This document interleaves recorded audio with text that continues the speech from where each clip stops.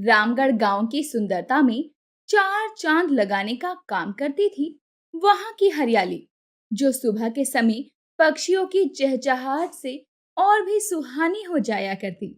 लेकिन इस गांव में एक लकड़हारा रहा करता था, जो कि बेहद ही गरीब था। वो अपनी छोटी सी झोपड़ी में अपनी पत्नी रज्जो के साथ रहता था। सुबह के समय रज्जो अपनी झोपड़ी के बाहर झाड़ू लगा रही होती है और खुद से बोल रही होती है, जब से मेरा इस लकड़हारे से ब्याह हुआ है, तब से तो मानो मेरी किस्मत ही फूट गई। सारा दिन काम करने के बाद भी एक वक्त का खाना खिला पाता है ये लकड़हारा मुझे। केशव तभी उसकी बातों को सुनते हुए जागता है और अपनी आंखें मसलते हुए खुद से कहता है। अरे, इसे कितना समझाऊं। मैं भी तो मेहनत करता हूं ना। औरों के मर्द की तरह पूरे दिन बिस्तर पर तो नहीं पड़ा रहता हूं, लेकिन यह है कि कभी भी चुप नहीं रहती है। और इधर झाड़ू लगाती हुई रज्जो फिर से खुद से कहती है, अरे अब तक सोया हुआ है, खाने को घर में एक अन्न का दाना नहीं है।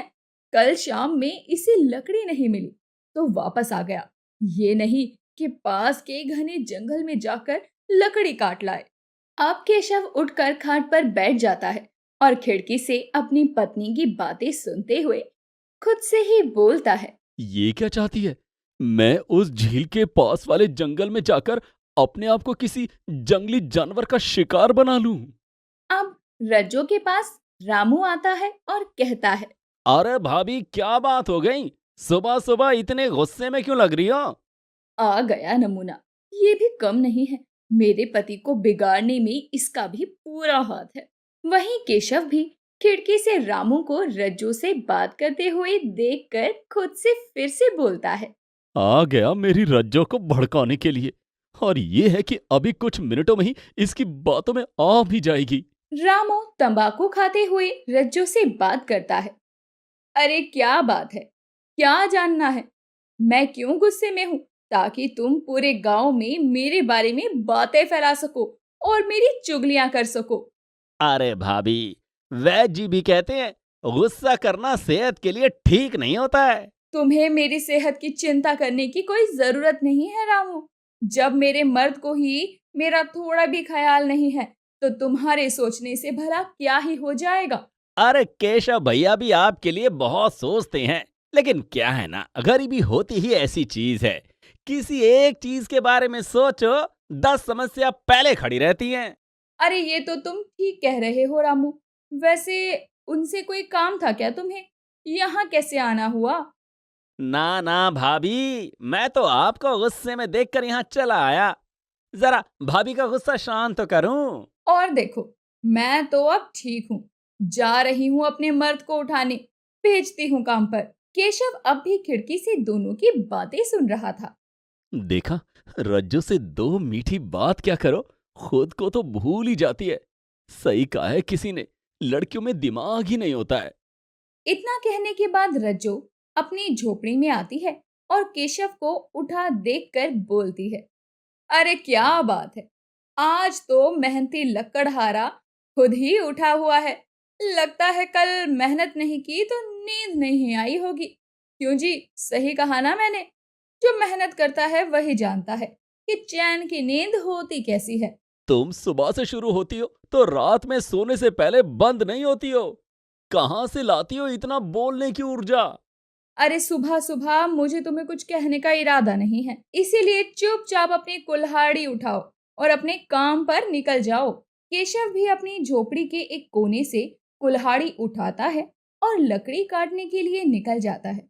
और वो जंगल की ओर जाते हुए खुद से बोलता है। मैं माँ को कहता था, आप मेरे लिए सब कुछ है, आपके सिवा मुझे और कोई नहीं समझा सकता। लेकिन नहीं, उन्होंने मेरी शादी करवा दी और उसके बाद मुझे छोड़कर भी चली गई। यहाँ तो मुझे कोई सूखा पेड़ भी नहीं दिख रहा है। लगता है कल की तरह आज भी मुझे लकड़ी नहीं मिलने वाली है। केशव जंगलों में घूम घूम कर देखता है। यहाँ तो मुझे कोई भी सूखा हुआ पेड़ नहीं मिल रहा है। मुझे आगे वाले जंगल जाना ही होगा, वरना आज लकड़ी बेचकर कुछ पैसे घर नहीं ले गया तो रज्जो तो मुझे घर में भी घुसने नहीं देगी। इतना बोलने के बाद जंगलों को देखता हुआ केशव आगे बढ़ता है। हे प्रभु, मैं झील के पास वाले जंगल की तरफ जा रहा हूँ। मेरी रक्षा करना और मेरी रज्जो को विधवा मत होने देना। एक मैं ही तो हूँ जो उसका सहारा हूँ। केशव को एक सूखा हुआ पेड़ नजर आता है। मैं तो लगभग झील के किनारे आ गया हूँ, लेकिन जल्दी से पेड़ काटता हूँ और घर की तरफ लकड़ी बांधकर भाग जाऊंगा। केशव भी अब ऐसा ही करता है। वो जल्दी से लकड़ी काटता है और लकड़ियों का एक गट्ठर बनाता है और उसे अपने सर पर रखकर वहां से तेज तेज चलने लगता है। शाम होने को आई है। केशव, जल्दी जल्दी चल, वरना किसी जानवर को तेरी थोड़ी भी खुशबू आई तो समझ, आज रज्जो को विधवा होने से कोई भी नहीं बचा सकता है। केशव के सर पर गमछा था, कमर में कुल्हाड़ी टंगी हुई थी और सर पर लकड़ियों का बोझ था। अब केशव खुद से ही अफसोस करते हुए कहता है। एक तो सुबह से कुछ खाया पिया भी नहीं है।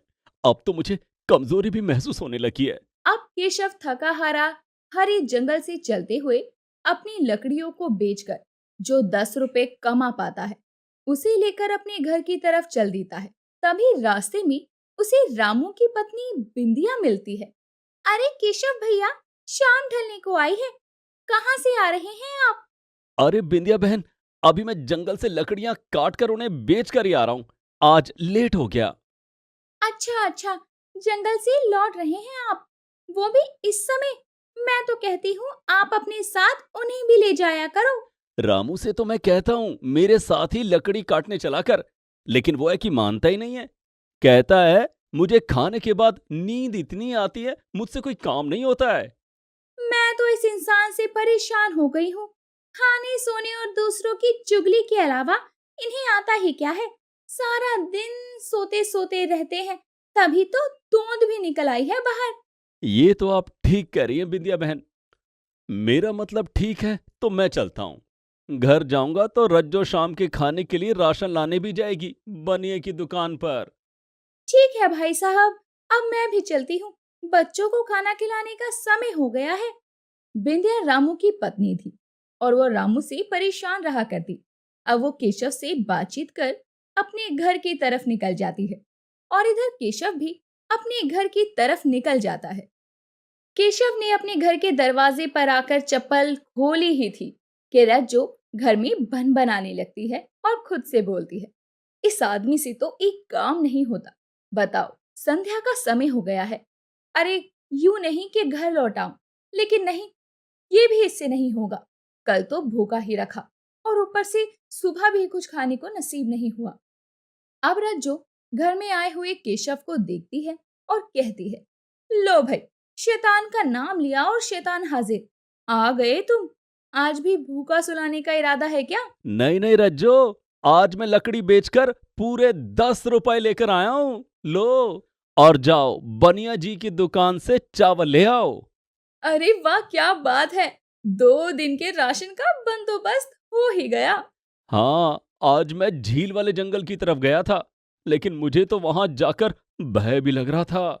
अरे, आपने बड़े विद्वानों के मुंह से नहीं सुना क्या? अरे, डर के आगे ही तो जीत है। अगर गलती से झील वाले जंगल का कोई जंगली जानवर आकर मुझे खा जाता तो मेरा क्या होता, कभी सोचा है? रज्जो भी ना सिर्फ पैसों के पीछे पागल हुई रहती है। मैं अभी बनिए की दुकान से लौट रही हूँ और आकर खाना बनाती हूँ। रज्जू जाते हुए पैसों को देखकर खुद से बोलती है और केशव सुन रहा होता है। अरे क्या बात है!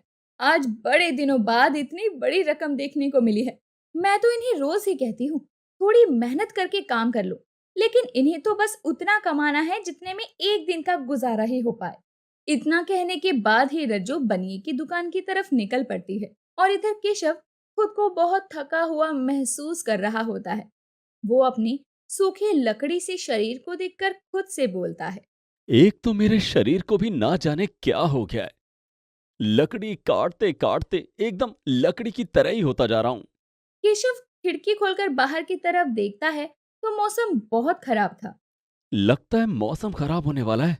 चलो कोई बात नहीं, आज तो मैं 2 दिन के राशन के पैसे ले आया हूं, वो भी लकड़ी बेचकर। वहीं रज्जो भी चावल लेकर अब घर आती है। अरे, आपने बाहर का मौसम देखा है, कितना खराब है। अच्छा हुआ जो तुमने 2 दिन के खाने का बंदोबस्त कर लिया। मैंने ऐसा कुछ सोचकर लकड़ी नहीं काटी थी। बस लकड़ी की किस्म अच्छी थी तो मालिक ने 5 रुपए ज्यादा दे दिए। अरे अच्छी बात है। तो आप इसी किस्म की लकड़ी क्यों नहीं काटते हैं, जिससे अच्छे पैसे भी आए? रज्जू खाना बनाने लगती है और केशव खाट पर लेट जाता है और केशव कहता है, इस किस्म की लकड़ी सिर्फ हमें जंगल में मिलती है, वो भी झील के पास जहाँ कोई भी गांव का आदमी नहीं जाता है। अरे तो क्या हो गया, तुम्हें तो अपना काम करना है ना। कौन सा गांव वाले हमारा पेट भरने आ रहे हैं? मैंने तुमसे ये कहा रज्जो कि वहां जंगली जानवर रहते हैं जो तुम्हारे पति को जिंदा चबा जाएंगे। अरे जी, किस्मत से बढ़कर कुछ नहीं होता। अगर किस्मत अच्छी हो तो शेर के सामने से निकल जाएं और तब भी कुछ ना हो, और अगर किस्मत बुरी हो तो राह में चलते हुए भी कुत्ता काट लेता है। पैसे के लिए ये कुछ भी करने के लिए तैयार रहती है, यहाँ तक कि अपने पति की जिंदगी को भी दांव पर लगाने के लिए। बोल तो ऐसे रही है जैसे शेर इसका भाई और मेरा साला है। अरे मैं तुमसे बात कर रही हूँ, तुम कुछ बोल क्यों नहीं रहे? हाँ, मैं कल से पक्का झील वाले जंगल की तरफ ही जाया करूंगा और वहां से अच्छे किस्म के पेड़ों को काट कर मालिक से बेचा करूंगा। अजी मैं तो कहती हूँ, आप कुछ पैसे जमा भी कर लो। कल को हमारे बच्चे होंगे, हम तो भूखे भी रह लेंगे, लेकिन उन्हें तो खिलाने के लिए पैसे चाहिए ना। रज्जो, तुम्हारी बात एकदम ठीक है, लेकिन अभी मैं कोशिश कर रहा हूँ अच्छे काम का और सोच रहा हूँ रोज दो दो पेड़ों को ही काटा करूं जिससे कुछ पैसे मैं जमा भी कर पाऊं। रज्जो को पैसों का बहुत लोभ था। वो पैसों के लिए ना तो अपने पति केशव की सेहत देख रही थी और ना ही वो अपने पति को झील वाले जंगल जाने से रोक रही थी। केशव और रज्जो दोनों आपस में ये बातें कर रहे थे कि तभी अचानक मौसम खराब हो जाता है। अरे अरे, जल्दी खिड़की बंद करो, वरना घर में पानी आ जाएगा। ये मौसम को आज ही खराब होना था। कहीं ये बारिश 2-3 दिन रही तो हम तो भूखे ही मर जाएंगे।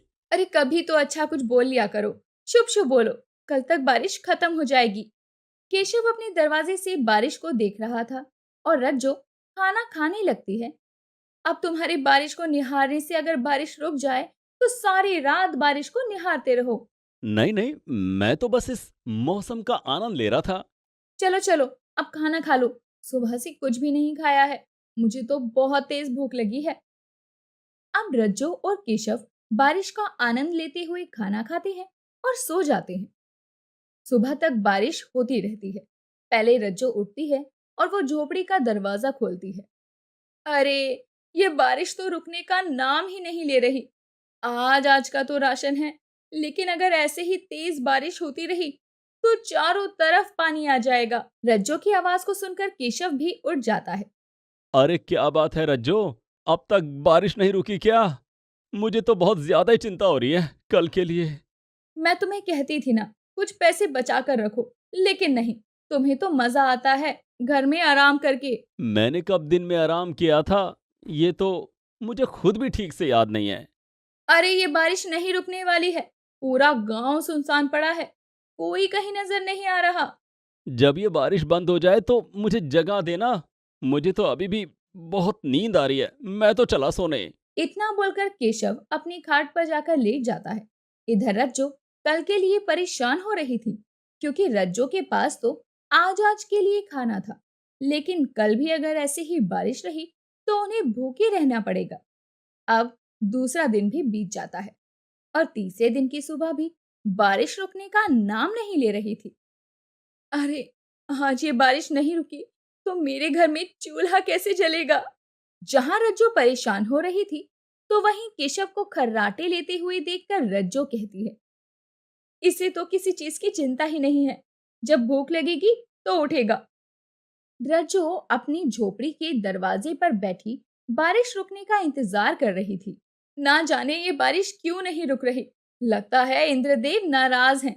हे इंद्रदेव, अब तो बस करो, अगर आप ऐसे ही बरसते रहे तो हम गरीबों की रोजी रोटी का क्या होगा? हम क्या खाएंगे और कहाँ से खाएंगे? अब केशव उठता है और कहता है, खाने को कुछ है तो दे दो रज्जो। रज्जो। अरे उठ गया कुंभकर्ण, लगता है तुम्हें याद भी नहीं है कि आज बारिश का तीसरा दिन है और अपने पास सिर्फ 2 दिन का राशन था। अरे मुझे तो बहुत कमजोरी महसूस हो रही है। चलो, अब जब बारिश खत्म हो जाए तो मुझे उठा देना। इतना बोलने के बाद ही केशव फिर से लेट जाता है। अरे, इस कुंभकर्ण को अब उठने में 6 महीना लगने वाला है। बारिश बंद हो गई, बारिश बंद हो गई। क्या हुआ? क्या हुआ? सब ठीक तो है ना? हाँ जी, सब ठीक है। अब उठ ही गए हैं, तो ये लो अपनी कुल्हाड़ी पकड़ो और लकड़ी काट कर ले आओ। मुझे तो बहुत कमजोरी महसूस हो रही है। क्या मैं थोड़ी देर बाद नहीं जा सकता हूँ? नहीं जी, मुझसे अब और भूख बर्दाश्त नहीं होगी। तुम अभी के अभी जाओगे लकड़ी काटने। अब केशव अपनी बीवी के ताने खाने से अच्छा जंगल जाने का फैसला करता है और जंगल की तरफ थोड़ी दूर चलने के बाद थक जाता है। कितनी कमजोरी महसूस हो रही है। लगता नहीं आज मैं पेड़ काट पाऊंगा। अब केशव झील वाले जंगल की तरफ जाता है। उस दिन जो पेड़ काटे थे, वही पेड़ आज भी काटकर मालिक से बेचूंगा। उसके मुझे अच्छे पैसे मिल गए थे और वो बस झील के किनारे ही मिलते हैं। इतना बोलने के बाद केशव झील के किनारे पहुंचता है और जैसे ही लकड़ी काटने लगता है, वैसे ही कमजोरी महसूस कर केशव के हाथों से उसकी कुल्हाड़ी छूट जाती है और सीधे पानी में जा गिरती है। कुल्हाड़ी पानी में गिर गई। अब मैं क्या करूं? ये झील तो इतनी गहरी है। अब मैं लकड़ी कैसे काटूंगा और अपने घर कैसे चलूंगा? केशव फूट फूट कर रोता है। तभी जल देवता प्रकट होते हैं। अरे केशव, रोना बंद करो और देखो, मैं तुम्हें तुम्हारी कुल्हाड़ी देने आया हूँ। जल जल देवता, मुझे मेरी कुल्हाड़ी लौटा दीजिए। मैं बेहद गरीब हूँ और पास के गांव में अपनी पत्नी के साथ रहता हूँ। केशव, रोना बंद करो। मैं तुम्हें तुम्हारा कुल्हाड़ी लौटाने आया हूँ। बताओ, ये कुल्हाड़ी तुम्हारी है? जल देवता चांदी की कुल्हाड़ी केशव को दिखाते हैं। नहीं नहीं, जल देवता, ये मेरी कुल्हाड़ी नहीं है। ठीक है, मैं अभी तुम्हें तुम्हारी कुल्हाड़ी ला कर देता हूँ। इस बार भी जल देवता पानी में डुबकी लगाते हैं और दूसरी बार में जल देवता सोने की कुल्हाड़ी लेकर आते हैं। ये कुल्हाड़ी तो केशव तुम्हारी ही होगी, मुझे पूरा विश्वास है। नहीं नहीं, जल देवता, ये भी मेरी कुल्हाड़ी नहीं है। मुझे तो बस अपनी ही कुल्हाड़ी चाहिए। ये कुल्हाड़ी भी तुम्हारी नहीं है। फिर से जल देवता डुबकी लगाते हैं और अब की बार केशव की लोहे की कुल्हाड़ी थी। ये कुल्हाड़ी तो अब तुम्हारी है ना केशव? हाँ हाँ जल देवता, आपका बहुत बहुत शुक्रिया। यही है वो कुल्हाड़ी जिससे मैं लकड़ियां काटता हूँ। मैं तुम्हारी ईमानदारी से बहुत प्रसन्न हुआ। केशव, तुम बहुत ईमानदार व्यक्ति हो, इसलिए मैं तुम्हें अपनी तरफ से ये चांदी और ये सोने दोनों ही कुल्हाड़ी देता हूँ। अब केशव भी उन कुल्हाड़ी को लेकर खुशी खुशी सुनार के पास पहुंचता है। लेकिन केशव को सोने और चांदी की कुल्हाड़ी ले जाता हुआ रामू देख लेता है। सुनार जी, ये सोने और चांदी की कुल्हाड़ी मुझे बेचने हैं। आप इसके कितने दाम मुझे दे सकते हैं? ये मुझे जल देवता ने दिया है। केशव उस कुल्हाड़ी को सुनार को बेच देता है। लेकिन इधर रामू खुद से कहता है। ये कुल्हाड़ी केशव को जल देवता ने ही दिया है ना? अब मैं भी जल में कुल्हाड़ी फेंक कर जल देवता से सोने और चांदी के कुल्हाड़ी मांगूंगा। अब यही सोचकर रामू झील के किनारे पहुंचता है और अपनी कुल्हाड़ी फेंक कर रोने का नाटक करने लगता है। अब जल देवता पानी से प्रकट होते हैं, लेकिन वो तो सब जानते थे। दोस्त, तुम जिस उद्देश्य से यहां आए हो वो कभी पूरा नहीं होगा। चले जाओ यहां से, और यहां दोबारा आने की कोशिश की तो मैं तुम्हें अपनी लहरों में समा लूंगा। भागो, जल देवता क्रोध में है, कोई तो मुझे बचाओ। तो देखा दोस्तों, कभी भी इतना लालच मत करो कि वो आपको खत्म करने की ताकत बन जाए। और इसीलिए भी तो कहा गया है कि लालच बुरी बला है। भानु की उड़ने वाली चटाई। एक गांव में भानु नाम का एक बहुत ही मेहनती और ईमानदार आदमी रहता था। गांव में जब भी कोई परेशानी या मुसीबत आती तो भानु सबसे आगे रहता और सबकी मदद करता। भानु को पुरानी चीजें जमा करके रखना बहुत अच्छा लगता था। भानु को जहां कहीं भी कुछ पुराना सामान दिखता, उस सामान को जमा करके घर ले आता। एक दिन भानु अपने गांव से दूसरे गांव गया। उस गांव में उसको एक अतरंगी चटाई दिखी। वो उस चटाई को देखता रहा। चटाई बहुत पुरानी थी, इसलिए वो कूड़े में पड़ी थी। उस गांव का कोई भी इंसान उस चटाई को देखता तक नहीं था, पर भानु की आंखें उस चटाई पर टिक गई। भानु ने उस चटाई को उठाकर अपने साथ अपने गांव, अपने घर ले आया। रात का समय था। बहुत थक गया हूं, खाना खाने की भी हिम्मत नहीं है, चलो सो जाते हैं। भानु चटाई को रखकर सो जाता है। दूसरे दिन भानु जागता है और चटाई को अच्छे से साफ करता है, उसे धोता है। अरे, ये चटाई तो साफ हो गई है, अब इसको इस्तेमाल करना शुरू करते हैं। आज से इस चटाई पर सोया जाएगा। आहा, मजा आ जाएगा। लेकिन मुझे एक बात समझ नहीं आई, इतनी अच्छी चटाई को कोई कैसे फेंक सकता है? चलो कोई बात नहीं, अब तो चटाई अपनी हो गई ना। भानु चटाई को रखकर फिर से गांव की तरफ निकल जाता है ताकि और कुछ पुरानी चीजें इकट्ठा कर सके। लेकिन भानु उस दिन खाली हाथ घर आता है और अपनी चटाई के पास बैठ जाता है। देखते ही देखते भानु उस चटाई पर लेट जाता है और उसे नींद लग जाती है। भानु नींद से जागता है। वाह, मजा आ गया, ये चटाई तो अद्भुत है। आहा, पूरी थकान सी निकल गई। मजेदार चटाई है, अब तो रोज इसी पर सोऊंगा। भानु उस चटाई के साथ बहुत खुश रहने लगा और उसको उस चटाई से बहुत लगाव भी होने लगा। एक दिन भानु के घर उसका एक दोस्त तुषार उससे मिलने आया और भानु ने उसको चटाई पर बैठने के लिए कहा। भानु, ये चटाई तो बहुत शानदार है, कहां से खरीदी? अरे तुषार, तुम्हें तो पता है मैं पुरानी चीजों का कितना शौकीन हूँ। बगल के गांव गया था, मुझे ये चटाई वहां मिली। अब तो मैं इस चटाई पर आराम करूंगा। हाँ भाई, क्यों नहीं। जैसे ही तुषार उस चटाई पर लेटता है, उसको कुछ अजीब अजीब सी आवाजें आने लगती हैं। वो घबरा के उठ जाता है और भानु से कहता है, भानु, जैसे मैं इस चटाई पर लेटा तो इसमें से अजीब अजीब सी आवाजें आने लगी। अरे नहीं मेरे दोस्त, ऐसा नहीं हो सकता, ये तेरा वहम है, आराम कर। मैं सच कह रहा हूँ भानु, तुझे मेरी बात पे भरोसा क्यों नहीं हो रहा है? मैं लेटा, इसमें से अजीब अजीब सी आवाजें आने लगी। भानु भी कान लगा के चटाई की आवाजें सुनता है, पर उसको उस चटाई से कुछ भी सुनाई नहीं देता। तब तुषार कहता है, भानु, ये चटाई में कुछ तो गड़बड़ है, मैं कह रहा हूँ, मेरी बात पे भरोसा कर। हाँ, इसमें से बहुत अजीब अजीब सी आवाजें आ रही हैं, अब तू ही देख ले। हाँ। नहीं यार, मैंने भी अभी कान लगाए, मैंने भी सुना, पर मुझे तो कोई आवाज नहीं आई।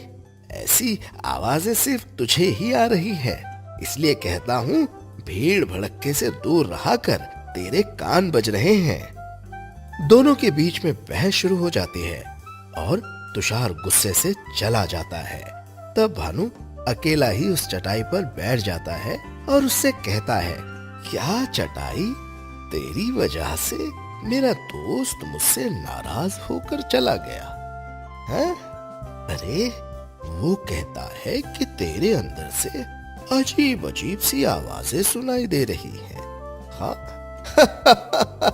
भाई मुझे तो कुछ आवाजें सुनाई नहीं दे रही, लगता है तुषार के कान बज रहे थे। भानु, ए भानु, तेरा दोस्त सच कहता है, मैं सच में बातें करता हूँ। भानु डर के मारे घबरा जाता है और चिल्लाने लगता है, पर उसकी आवाज कोई नहीं सुनता। भानु, तू घबरा नहीं, मैं तो तेरा सेवक बन गया हूँ। तूने मुझे इतना साफ किया, मुझे घर लाकर मुझे नहलाया, मैं तो तेरा दास हो चुका हूं। दास मेरा? सुनो चटाई, तुम मुझे ऐसे डरा नहीं सकते। मैं डरने वाला नहीं हूं। अगर ज्यादा डराया तो मैं तुम्हें वहीं रख आऊंगा जहां से मैंने तुम्हें लाया था। अरे भानु, तुम खामखा डर रहे हो। मैं तो सच में तुम्हारा दास बन चुका हूं। अच्छा, तो मुझे तुम अपने दास होने का सबूत दो। एक काम करो भानु, तुम मुझ पर बैठ जाओ। भानु उस चटाई पर बैठ जाता है और अचानक चटाई उड़ने लग जाती है। अरे बाप रे, ये क्या हो रहा है? भानु, तुम घबराओ नहीं। मैं अब तुम्हारा दोस्त तुम्हें अपनी दोस्ती का सबूत दे रहा हूं। मैं तुम्हें हवाओं की सैर करवाकर तुम्हें खुश कर दूंगा। अरे लेकिन मैं गिर जाऊंगा। तुम फिक्र ना करो भानु, मैं तुम्हें गिरने नहीं दूंगा। भानु और उसकी चटाई आसमान में उड़ने लगे। तब सारे लोग उनकी तरफ देख के शोर मचाने लगे। अरे ये क्या उड़ रहा है आसमान में? दद्दा रे दद्दा, ऐसा कैसा पंछी है? अरे ये तो बहुत जोरदार उड़ रहा है। अरे बाप रे, ये क्या उड़ रहा है आसमान में? ऐसा तो इससे पहले कभी देखा नहीं मैंने। बाप रे, पिताजी!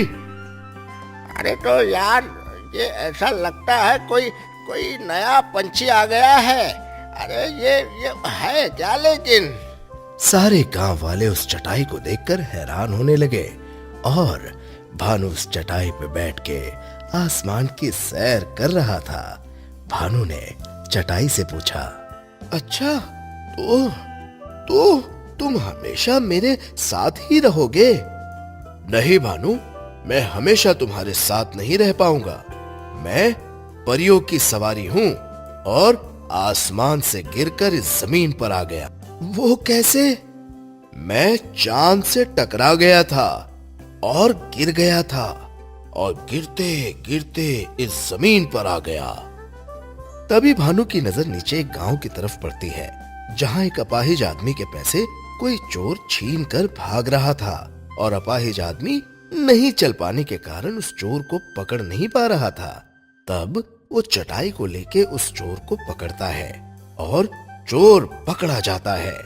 चाचा, ये लीजिए आपके पैसे। वो चोर पकड़ा गया, आप चिंता न कीजिए। हाँ बेटा, तेरा बहुत बहुत शुक्रिया। आज तूने मेरे पैसे बचा दिए। इन पैसों से मैं मेरी बीवी की दवाई खरीदने जा रहा था बेटा। भगवान तेरा भला करे। चटाई ये सब सुनती है और भावुक हो जाती है और भानु के इस काम को देखकर बहुत प्रसन्न हो जाती है और भानु से कहती है, भानु, आज के बाद मैं तुम्हें छोड़ के कहीं नहीं जाऊंगा। परिलोक में मेरी तरह बहुत सारी चटाई हैं, लेकिन इस दुनिया में मेरी तरह कोई नहीं है। हम दोनों मिलकर इस गांव से और पूरी दुनिया से गलत कामों को खत्म कर देंगे। इतना कहकर चटाई और भानु वहां से उड़ जाते हैं और हर जगह घूम घूम के बुरे कामों को रोकते हैं और हर जगह भानु और उसकी चटाई की चर्चा होने लग जाती है।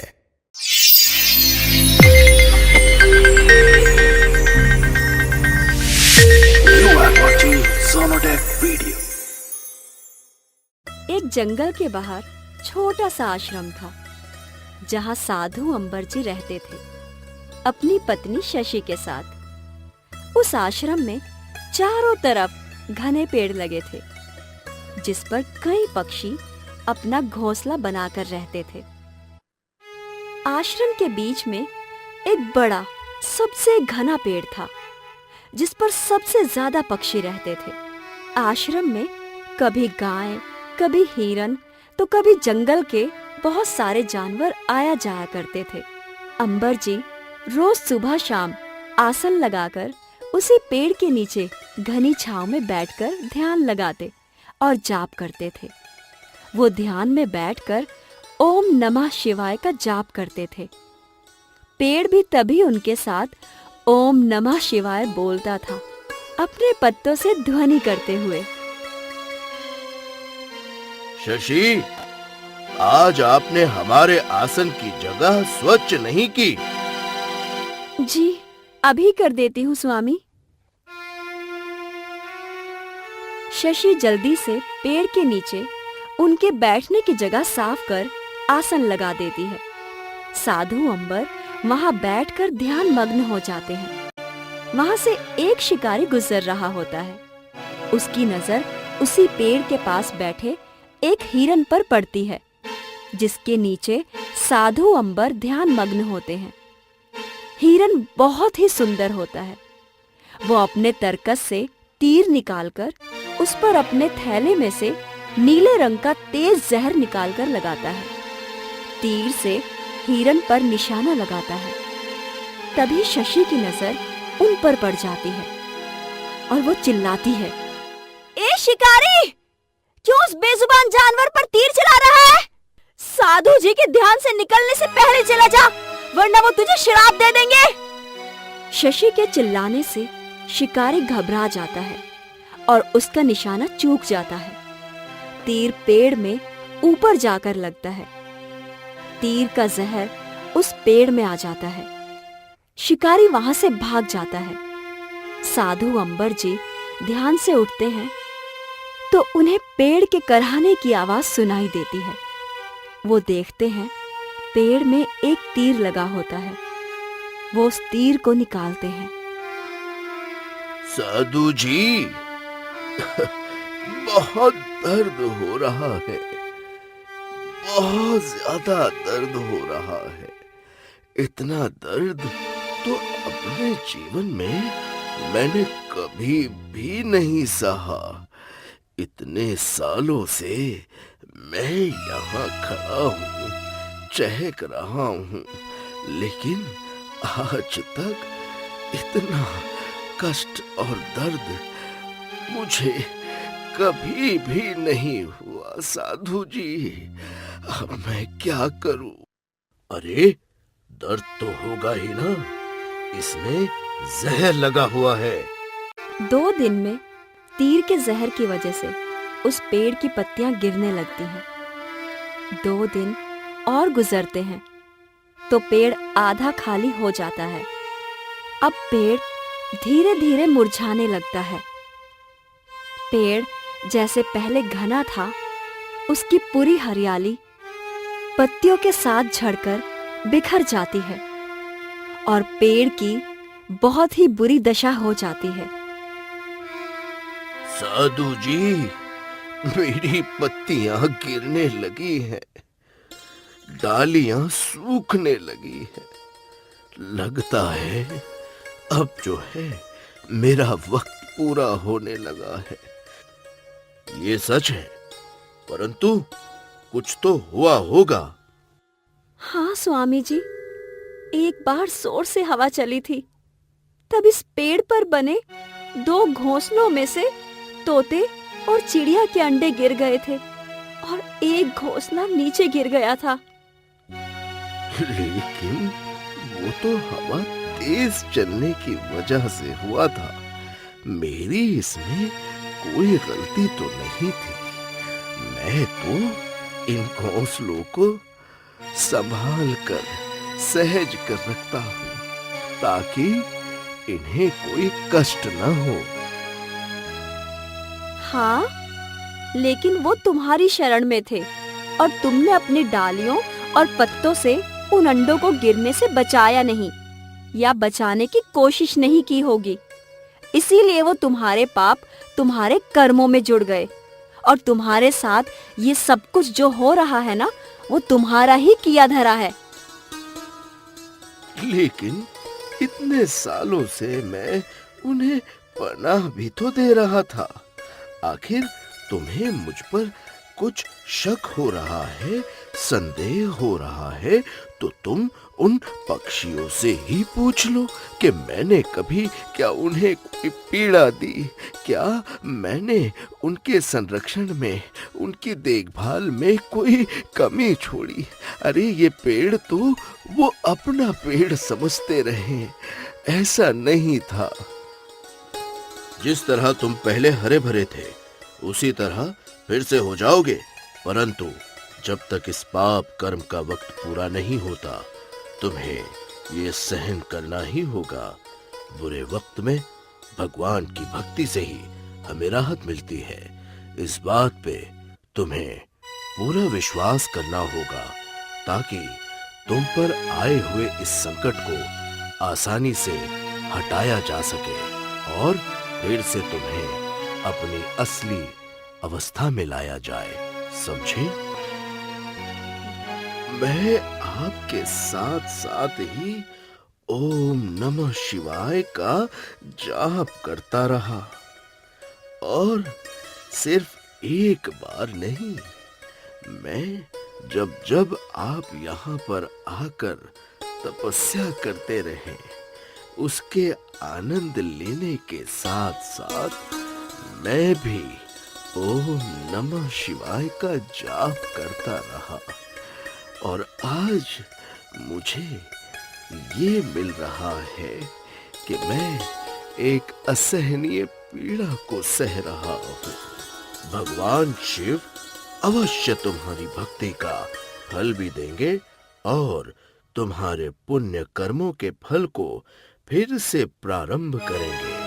तुमने अपने विश्वास की रस्सी को मजबूती से पकड़े रहना होगा ताकि ये जो कष्ट तुम पर आन पड़ा है हमारे जाप, हमारे तप और हमारे स्मरण से ये हटाया जा सके।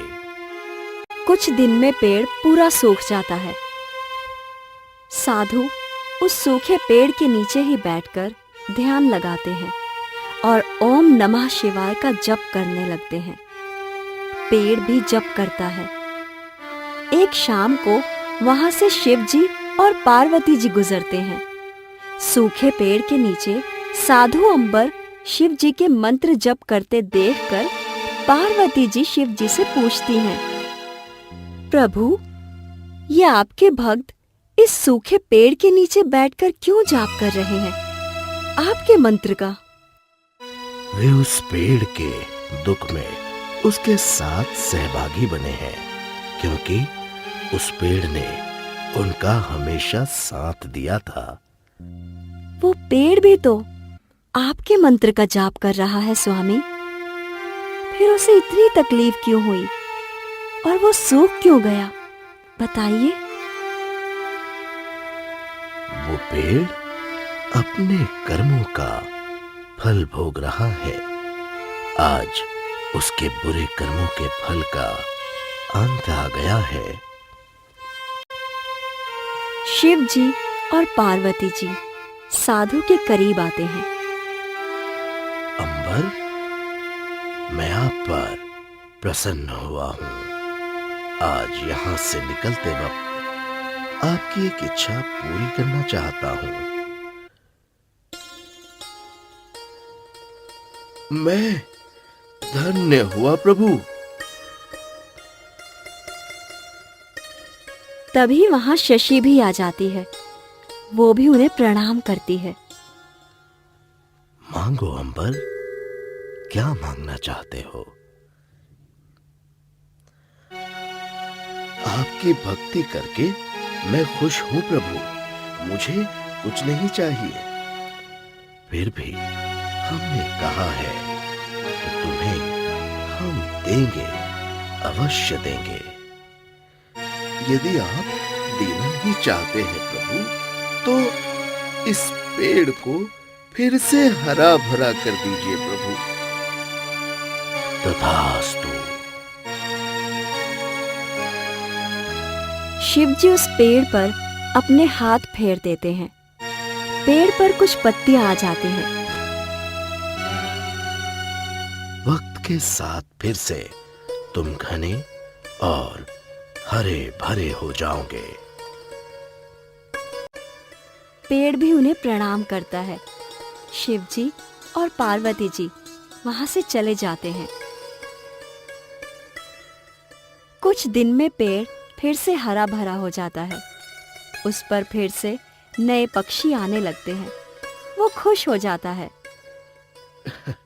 साधु जी, आपके साथ के कारण मैं जप करता रहा, शिव जी का और मेरे पाप कर्मों का फल भी मैंने शिव जी की भक्ति करते हुए सह लिया। आपका बहुत बहुत धन्यवाद साधु जी, आपने मेरा साथ छोड़ा नहीं। तुम्हें तुम्हारी भक्ति का फल मिल गया, मुझे मेरी भक्ति। हमें शिव जी के दर्शन हो गए, हमारा जीवन सफल हो गया। अब फिर से उस पेड़ पर चिड़ियों का चहकना शुरू हो गया। घोंसले बन गए। घोंसलों में पक्षियों के बच्चे निकल आए। कभी कोई बच्चा घोंसले से ज्यादा बाहर निकलने को होता तो पेड़ अपनी पत्तियों से उसे फिर से अंदर कर देता और इसी तरह सभी पक्षियों की मदद करता।